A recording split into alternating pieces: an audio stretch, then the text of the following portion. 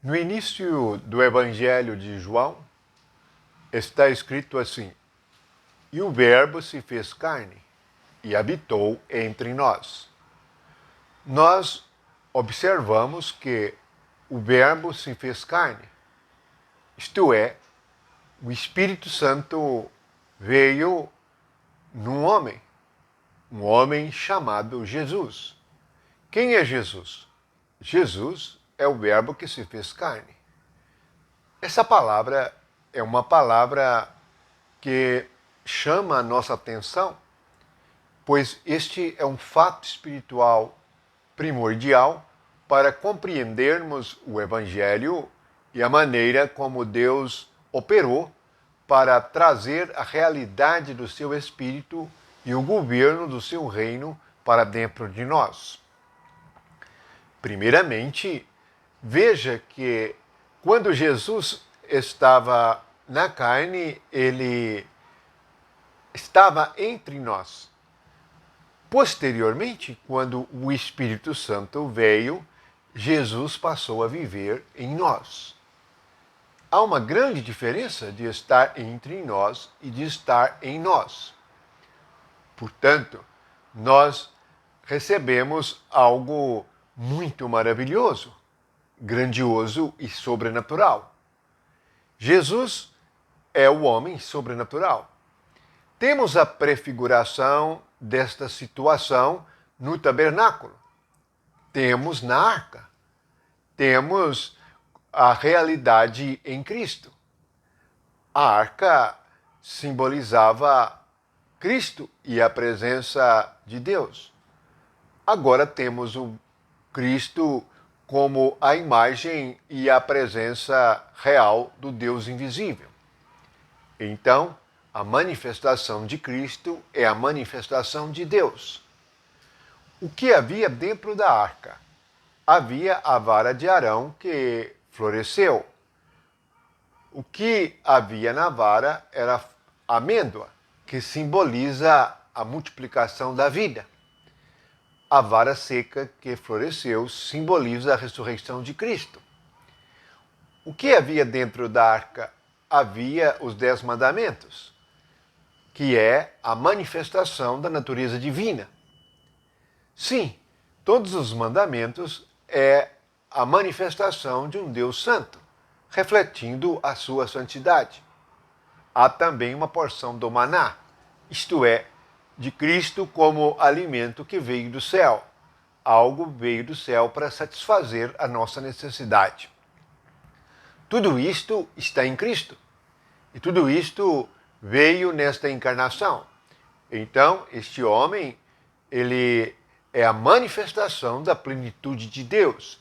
Por isso diz que ele está cheio de graça e cheio de verdade. Quando chegamos no livro de Atos, nós encontramos Jesus dizendo que nós receberemos o Espírito Santo. Este receber o Espírito Santo implica na unção. A unção que nos ensina todas as coisas. Jesus também, durante o Evangelho, quando ele encontra os seus discípulos, ele assopra sobre eles. Então há um sopro para dar a vida e há um revestimento de poder para o serviço. Precisamos tanto da vida como do revestimento de poder para o serviço. Meditemos nestas coisas.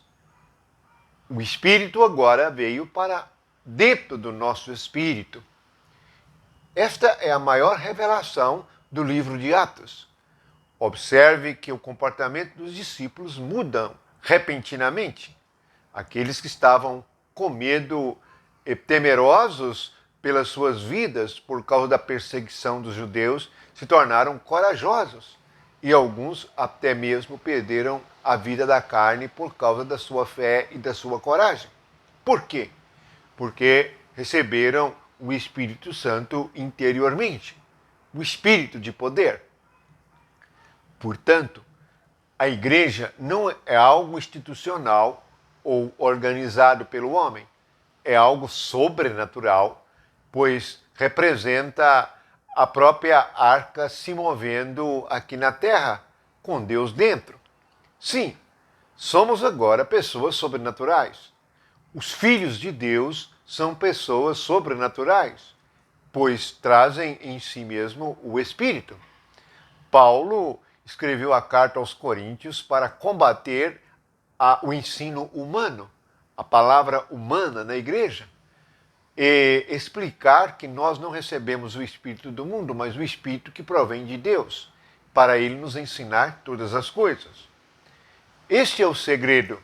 O Verbo se fez carne, e a carne se tornou o Espírito vivificante, como está em Coríntios. Assim, temos a vida para o serviço. E quando temos a vida para o serviço, nós recebemos um revestimento de poder para trabalhar segundo o Espírito, para operar segundo o Espírito. Assim, podemos ter discernimento de um homem que fala pelo Espírito de Deus e um que não fala, de um que serve a si mesmo em nome de Deus e não serve ao Cristo verdadeiro. A diferença é que não há neste homem que serve a Deus verdadeiramente nenhum interesse pessoal, nenhuma palavra ou vantagem para si mesmo.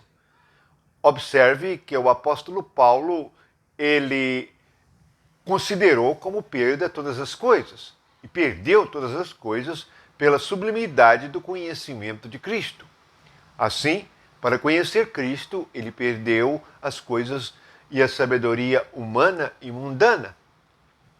Portanto, o que podemos concluir nisto tudo é que o Verbo que se fez carne é agora o Espírito.